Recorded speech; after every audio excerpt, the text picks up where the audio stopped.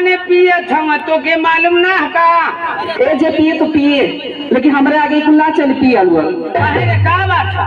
का बात है? हाँ भाई घर में हम खतर खर मर जातनी, अब तू खाली दिन पी पी के भाका पे सुतल तल बोला। माले खटत है केकर मेहरारू ना खटली रे। का शिकायत हम सबसे करब? मरबोना गलवा से चपलवा ला ले। अब भाई तू कौन बढ़ के बोलबा? का बढ़ के बोला था रे तो ऐसा इतना बड़ी बड़ी बात करत है और सबके बोला ले बिकात कहना बोलाई आ जाए यहाँ। हाँ कहना ही का पहले कर रखले रहना बड़ी मानार लोग बारे में ना वो लोग बहुत शरीफ लोग है जला कि ना। अच्छा शरीफ हवा और का तब कहे कहते बोलवावे के तो क्या करी तहरी गुर्राहन देख के हमरा के ना कुफुत हो गइल बागम से। तो कितना तक खट दे ले बताओ तो। आई घर में सगरी काम बाहर से भी पहले हमें ना करतनी तोरे के बात करे वाला। अच्छा ई कुल ना चली। हाँ। इतनी हम काम करे को थक जतनी हाँ। कि तहरा के हमारे को काम करे के पड़ी। का बताई का करे के पड़ी रे करबा ना। हाँ कह दे ठीक बा। हाँ पहले वादा करा कि करबा कर लेकिन यो बात करे लाग रही तो कर अरे करे लगबा हो नहीं तो छोड़े लाग रही तो छोड़ दे ना ऐसा बात ना हाथ करे वाला बा। क्या करे के बाद खाली थोड़ी सा ना हाँ। दिक्कत का बताई हम ना पहले बढ़ती बहुत करता तनी हमारे पैर दबा। ये बताओ कि मेहरारू का पैर या गोड़ केहू दबौले हरे। हे भगवान आजकल तो सब लोग दबावता पूछ ला सकते से दबावता कि ना लोग। भैया तू दबौले हुआ का आदमी नाना हवा ये मर्दावा अरे साहब वाला जोगिंदर भैया से पूछ लो। जोगिंदर भैया तू दबौले हवा का मेहरारू का गोड़। अरे भैया तू हरी ने तो बढ़िया तब केहू रड़ू है ना बा ऐसे कहता रन काके ना कहे के ऐसा बात है ना रड़ुआ ना हम मरद हम। अच्छा तब का जनवी का ऐसा के तो मर्दे लोग आज के जमाने में दौड़ ये चल चुका ना। मेहरारू का गोड़ी लोग ना दबौले हम मेहरारू ही ना लोग का गोड़ दबौले। उल्टा समाज से चल गल बा हम राजा और जो नहीं तो मरवा इतना मार भले यही जे पिटा जेगो तक तो तुम मर ना दबाई बा नहीं रे ना दबाई बा ना दबाई जा दबा तेरिया चरित्र दइयो न जमो आ तो से हम गोद दबवा ले तो हमसे देख मत तो से बियाह कैले अतमो से शादी कैले है। अरे पागल बियाह शादी दोनों के ना भाई काहे ना ए दबा न दबा ना दबाई रे का जानी कि ना दबाई त ना दबाई ना दबाई नहीं। चलो ठीक बा अगर हम कसम खाता नहीं अगर असली बात का बेटी हो असल बात बेटी हो तो तारा से गोद दबा। असल बाप का बेटी हो हाँ तो हम हमार मेहरारू है कि ऐसा कहते और क्या कि असल बाप का बेटी हो हाँ तो तोसे गोड़ दबवा दे दबवा ले हो गुसिया के तो हम खुशा के का थाई असले ससुरे का दामाद हो। अच्छा तो तोर गोड़ ना दबाई ठीक बा हम जात है और जोता हाँ अतः ये काम करी है कि लिट्टी में गोईठा लगा के लेके आई। अरे पागल लिट्टी में गोईठा ना गोईठा चूल्हे में लगा के लिट्टी सेक के लेके आई। अरे हाँ वही पे तरह के गो हई का होला बैगन होला ना ओकर चोखा बना ले और पे गो मरचा ले ले। ठीक है ठीक बना सुना तुहार पतो या तू घरे रहिया आ ऐसन की एक काम करिया कि बाल बाल लहना गैया के खिया निसुआ पर बैठ के अपन भदेली खजुआइया। हे भगवान आप तो कसम काम खाइए ले ली लेकिन गोड़ दबाई तो कैसे दबाई मर के से आप कुछ तो उपाय करे के पड़ी।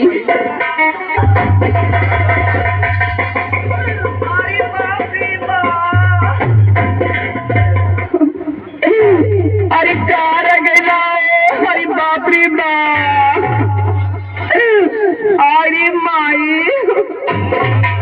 रोवती है उतर मनवा करत है भोकरवा खोलू रे माई। अरे बापू बा, अरे चिट्टुआ के पापा, अरे रो मत रे मोके तनको साइकिलिया का चयनमा ना आवत है ये भाई। आयो माई मोर नावा नावा छतवा टेलीकाट कई फाटता बाई रे माई। अरे मार की नौना, अरे बापू बा जान गए ले दो। अरे उतरो रे का भल रे, का भल रे। अरे बापू बाप का बताइयो, का भल कोनो मल्ला का रे। आई हो मैया बिच्छी मल्ला का रे। आयो माई कहाँ मल्ला रे। अरे बापू बाबी चली अंगुरिया जिन चिल्लो रे माहू के कटा देवी का। आई हरी नतिया से बेटा जो कहाँ ले चढ़ा रे, कहाँ ले चढ़ा चले रे ओ। आई हो बापा इता खड़ंजवा कइले अरे भाई रे माई। आयो माई कहाँ ले पहुँचले। अरे आ गई लो यहाँ देखिए केवड़िया लेना पहुँचे रे माई। अरे बापू, अरे चिल्लो मत कहाँ ले पहुँचले। अरे आ गई लो करिया। देखिए दुआरिया में न हल रे माई। कहाँ ले पहुँचले। अरे हमके दर्द देता रखे मजाक से देता करे न ते मेरा गोरी। अरे देखिए अंगनमा में न हल रे, अंगना में हल जाई।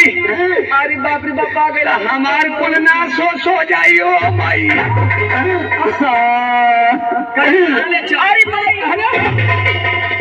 अरे जो रे ए भैया केहू जाना खा।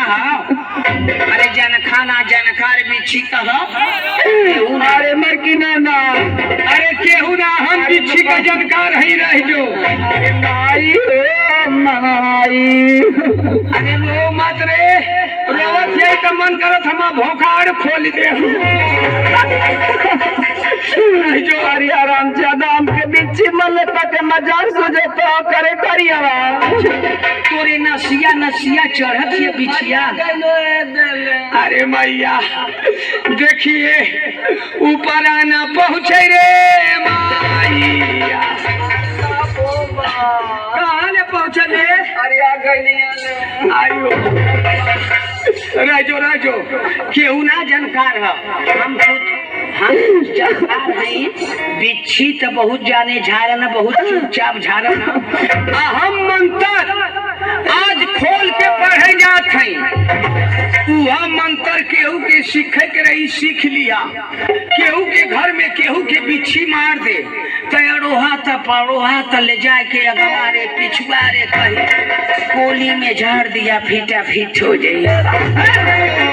अरे नहीं जो रे हम झाड़ देते अरे जो कहाँ बंदे। अरे पिछलिया नुरिया जो हम झाड़त है तनी भदेली घुसका उधर।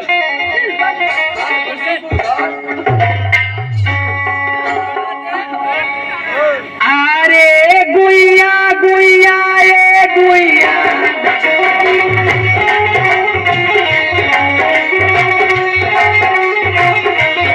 गुइया गुइया ए गुइया।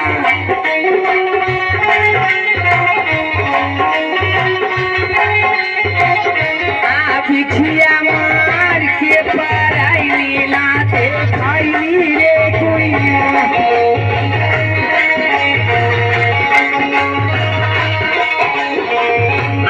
बिछिया मार के पराई लाते खाई रे गुइया।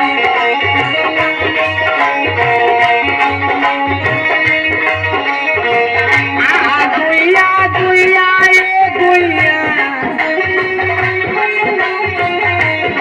गुइया गुइया ए गुइया। बिछिया मार के पराई ना देखैनी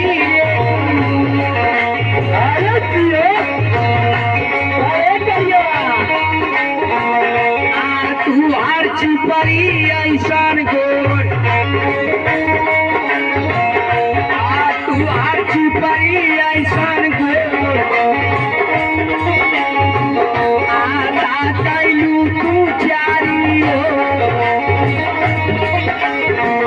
हाँ कैलू तू चारी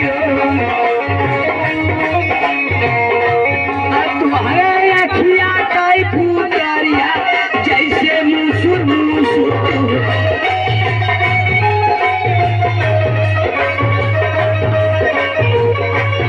तुम्हारे अखिया कई फूटरिया जैसे मुसुर मुसुर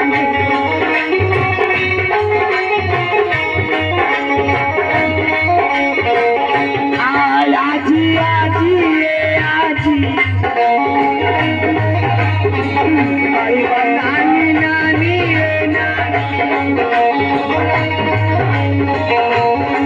मौसी मौसी मौसी भौजी भौजी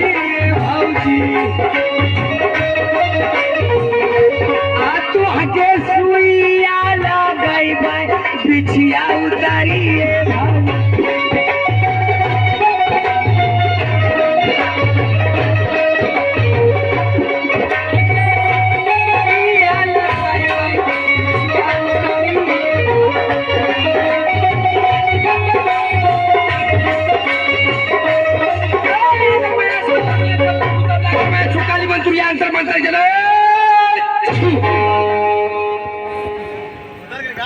आराम मिलल वाला था क्या कैसन है कैसन हंसत छे ए मार्की नो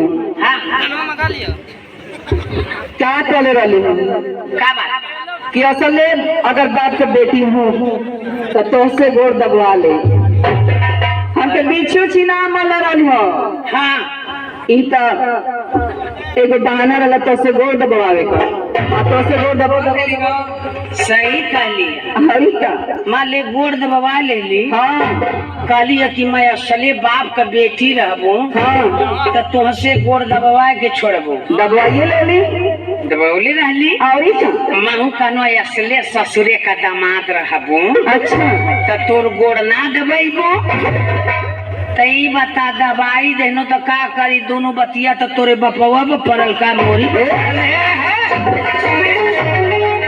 हेलो परिवार का मौजा हार गईला ना तो हम कहाँ हार